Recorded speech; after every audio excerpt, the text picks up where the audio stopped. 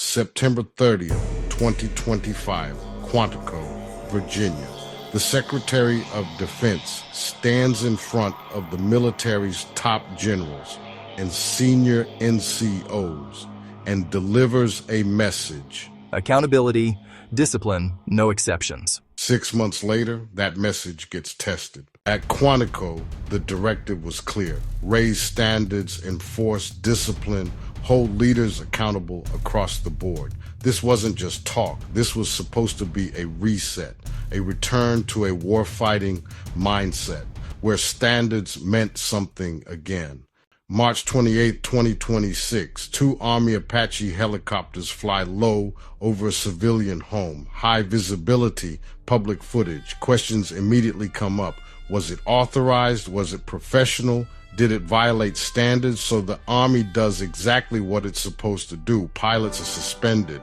An investigation begins. That's accountability in action. Then everything stops. The Secretary of Defense intervenes. Suspensions lifted, investigation terminated, no findings. This isn't about guilt or innocence. It's about something more important. The process was cut off because in the military, the process is what creates trust. If a junior soldier misused equipment, violated protocol, or caused a public incident, that process wouldn't stop.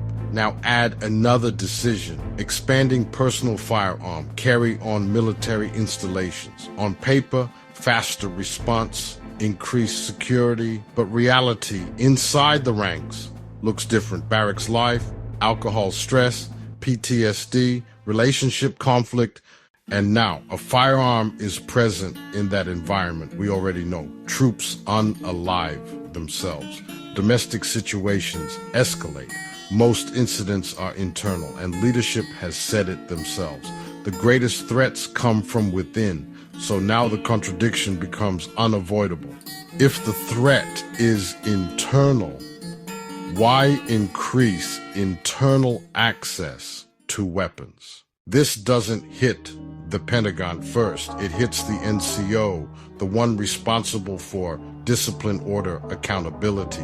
Now imagine Saturday night, barracks, alcohol involved. And now a firearm is in the room at the same time that NCO is correcting a soldier, holding the standard. But the soldier is thinking standards aren't consistent anyway. That changes everything. Here's what happens next. Leaders begin to hesitate, not because they don't know the standard, but because they don't know if they'll be backed. Will this get overturned? Is this worth the risk?